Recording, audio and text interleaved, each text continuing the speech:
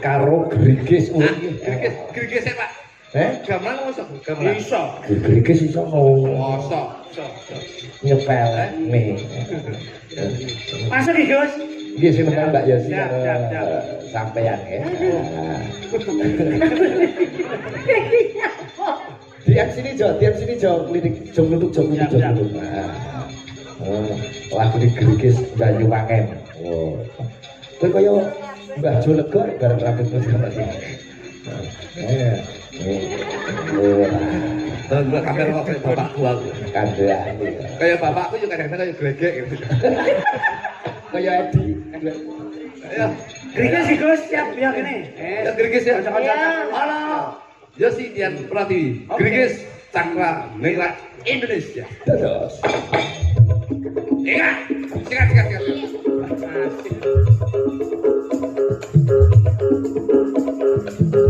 Ya.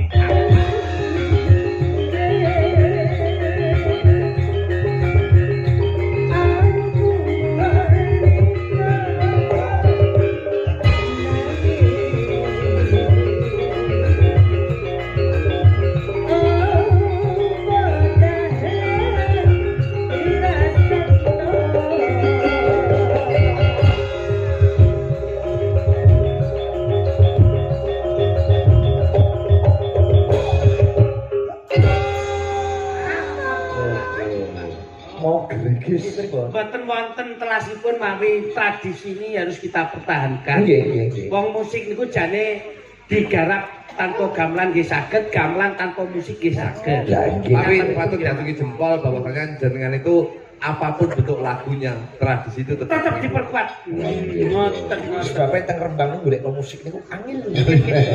Nggih. Sembah nuwun niku disimak kanca-kanca lumantar YouTube Sige Channel. Pak Afif Pasyan Jatirogo Sembah. Afif Jatirogo, nggih, Pak nggih. Purwoko Juragan niku Prasi Pangestu Rembang. Mbah Pak Kasir Jonegoro, Mbak Ira saking Taiwan. Mbak Ira nggih niku. Mas Agus Kentus saking Lampung. Mas Agus Kentus. Awakmu kok kabeh kenal to? Hah? Kok Ya. kabeh kenal ngono lho? Ya, biar kita lek rukun lho. Wah iya. Saking Mas Hono Sudun, Nggih. disimak saking Rembang Mas Jemblok Sembah Nuwun Sembah Nuwun. Selanjutnya kan mungkin Mbak Deni. Oh, Deni. Aku yo ngantek pangling Mbak Amun Den. Kok iso pangling? Dan mboten kepanggih kali Deni kula niku. Oh, saiki anu langsung jadi satu cakraning Pak. Oh, alah nggih. Layanan. Saya Den ya. Sehat. Sehat. Sehat. Ya wis sehat. Yo sehat nyatane yo iso nyekel kuat mik gowo iso. Ya sira petuk karo Deni. Lalu ngetek lali tenan sing aku. Tak eling-eling sapa to iki aku. Mau eling-eling. Iki Pak Ikit, mau kula tinggal ning kene streaming jenengan ku sapa to iki aku. Ayo bocah ndi coba? Kanjuk ya. Kok iso nganjuk lho. Kemeruh sampean. Sane. Endi? Kok ngerti nek aku nganjuk? Oh, demi nganjuk Iki ngengkel. asline bluro. Lah yo pindah. Ora nganjuk ing guyangan. Guyangan. Oh, layane ya iki mbiyen tak tukon. Kita Yo ngomong. aku saiki sapi kok iso. Didandani jan. Kemarin turu to, Nduk? Boten. Diet ya? Iya. Alhamdulillah, iya. Lho kok iki nek pomo kepengin ketok apik, senajan to yuswa sepuh, kuwi yo ngene iki harus diet. Aku sepuh to, Mas. Aku sepuh to. Sampeyan ngece kan aku. Lah ku wis Lah aku kok mbok arani sepuh iki piye? lho, lah ku Iki ngono duduk sepuh. Lah kok Tuwa. padha ae kok iso. Den. Eh, Karo nggih. Oh iya. Wasak kupingmu. Ya pancen anu iki sesi kompoken awit iki. Lho kono kok jalan diceluk Om. Ngarani aku tuwek kono kok jalan diceluk Om. Lah, Om kan ya rada enom. Iki tenan. Iki ndek bojo iki kowe genep sesasi ngenes kowe. Oh nyapa? Suarane pengyanter iki nyelatu tanggane suwegep ngene iki. Oh iki leleh TikTok jos ya. Langsane. Terima kasih bunga-bunganya. Dasaripun lagu napa, Mas? Nggih, ini menika katosnya sejati Mbak Deni. Ah, iki lagu sinten, Bos? Pak Sikit. Lagune Mas Pak Ikit itu. Dudu. Mas apa? Mas Ucen. Sing piye? Sing piye? Janji tresno disakseni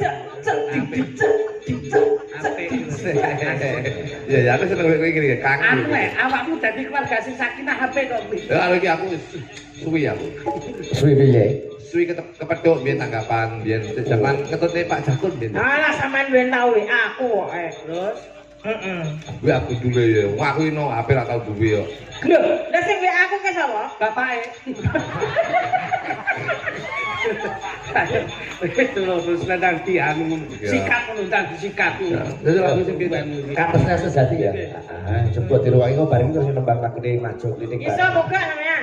Ora iso, aku iki lagu-lagu ora iso kok dadak ngengkel gitu ya. Aku ora iso lagu nyanyi aku. Dia gelar kodang, towak. Gak iso nyanyi. Ngawur tapi lek iso nesu iki. Sing meneh iki urip. Coba kaya apa deh? Katosnya sejati Mbak Deni. Dados. Ini diet barang.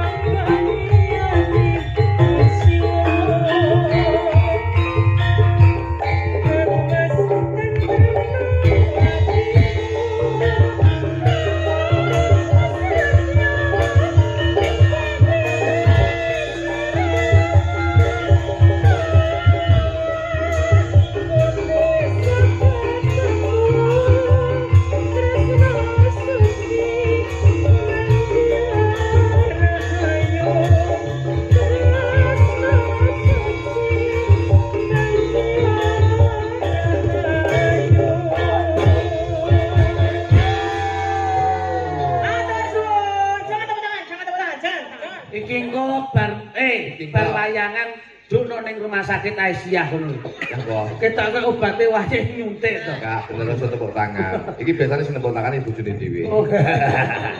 Oh, ki mau katernya sejati ya. Apik-apik lagu niki. Wes buka kula ndedonga muga-muga seniman-seniman sing ngripta. Eksis. Nggih, sing ngripta lagu-lagu menika mudah-mudahan bisa diterima di belantika musik Indonesia. Amin. Kalau niku Mbak Lila. Lila, Sing wonten ya. Mbak Indri. Indri. Mbak Melani. Wah. Yo. Mbak Ida kok betul betul Mbak Ida. Enten acara keluarga. Oh, acara keluarga. Nggih. Oh, nggih. Menika kan alamatnya anak soleh gendine pepiling mau tidak sekedar lagu tapi ndongake para putra-putri desa Kepajon kene dadi putra-putri sing soleh lan solehah. Anakmu diwarai nembangki alamatnya anak soleh ki religi banget, pitutur banget, edukasi banget. Wis alamat anak kowe karo boleh alamat anak soleh. Oh ya. Wis gede ya anak saiki. Wis sapa iki? Aku sih. Gundulmu. Wis ndadel iki ta. Oh, saged saniki rotris Pak, rotris saniki ya bine. Balapan motor. Hobine otomotif, Pak. Otomotif. Dadi merotoli sepeda didol teng luwakan. Saniki dadi joki rotris saniki apa iki. Ya sapa. Wis pas niki wah wis bendiro balapan. PWB angkring kan tek gitu kubok bareng. Ya wis jenenge anake ditutup. Mungkin Kira aku diajari dagal sithik-sithik. Ampun saniki pun lah kok marahin dagel bapake mesti nek saingi anake kok. Oh, ngono. Dadi aja sampe anake iki iso dagel. Nek perlu diwarai elek. Ya aja ya. Sampai ki jenenge Mbak Indri saking Tuban. Takoni dhewe takoni. iki kula ya dangu lesan saniki jenengku apa ngantali jenenge perkembangan zaman ngikuti Loh, masih gitu mengeluarkan tunas bangsa. tunas muda. Udah ya. Asmamu sapa to Cahyo? J, derek tepan nami kula Indrio. Indri ndi? Indri ki tembangnya lho. Indri. Indri. Kadang ngono ngati aku ya gak liye. Botok eri. Anak kula sik cilik kula nyanyi lah, kula sinauni lagu niku lan sik pelo to. Oh Indri ngono. Kadang nggih. Kula ngati aku ya gak eri ngono lho. Oh iya. Lupa ya Indri ya. J, Tepan tidak Cahyo. Jatirogo. Oh jadi rega. Soben aku nderekke Pak Ikit nang jadi rega Pak Ikit nggih. Heeh. Tanggal Oktober. suwi apa Pak Ikit? Lah Bu. Heeh. Zaman oh julang lho Pak. Julang lho Pak Ikit. Akeh julang itu. Iya. Dan aku saya rada anu Pak Ikit men sewu aduh.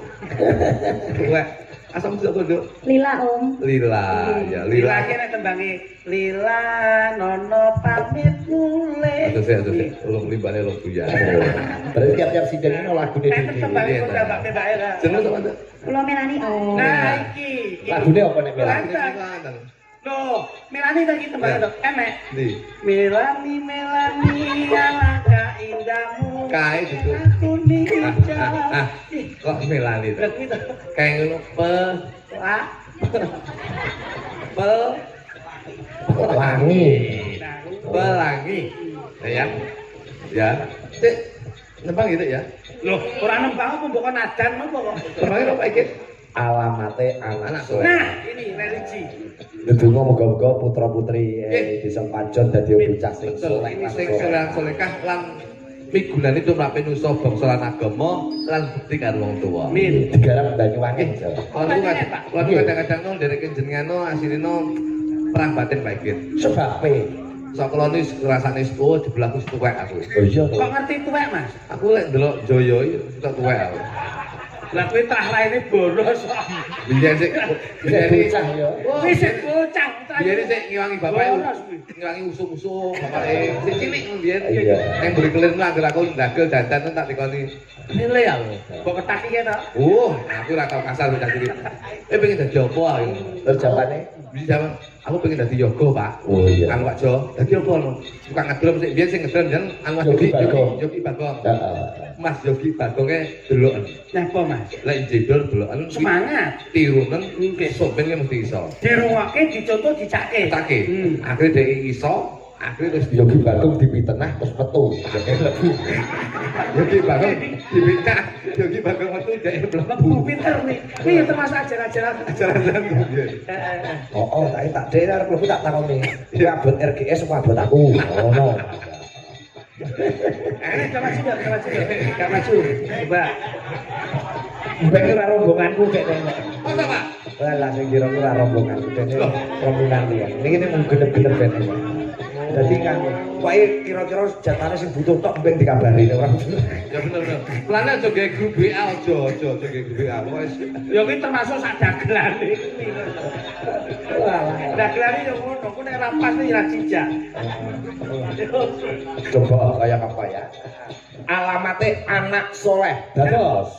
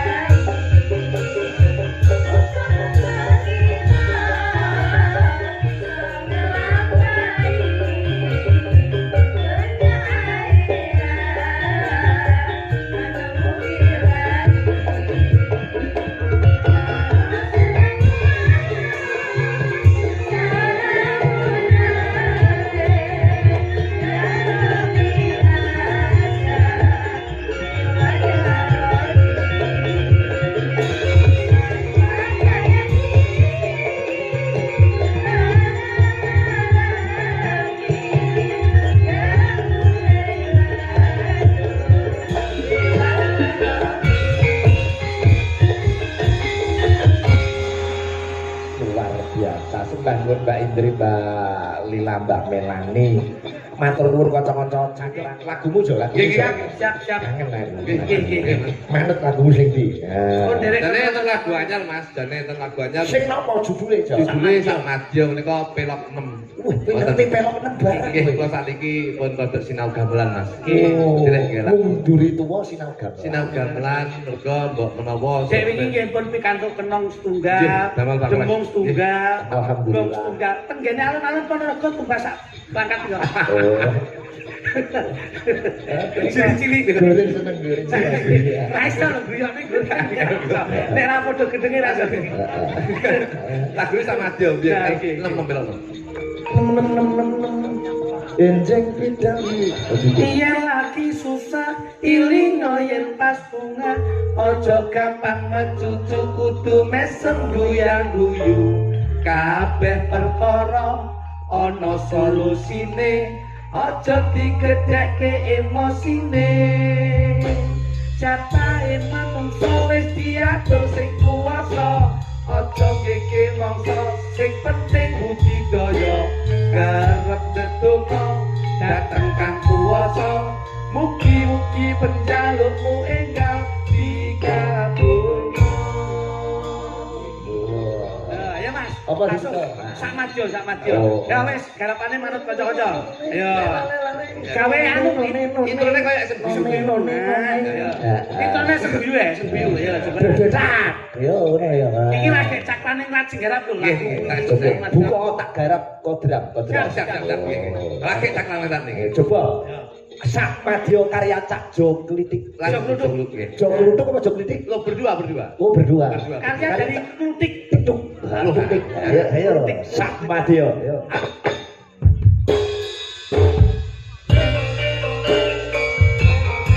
Introne sembuyumu.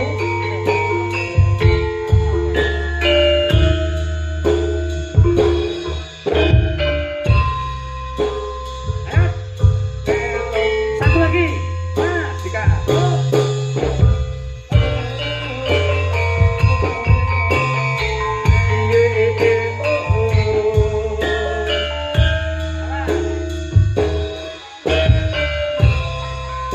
Pas.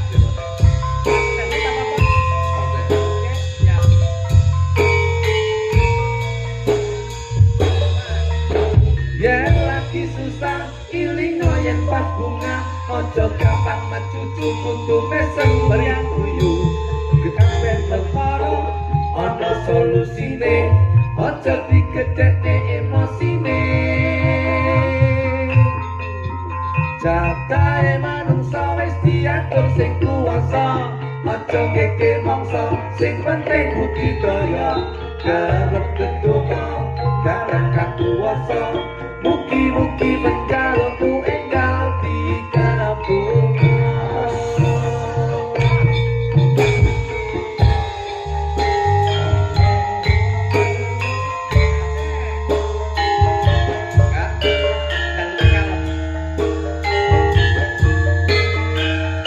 Ayo.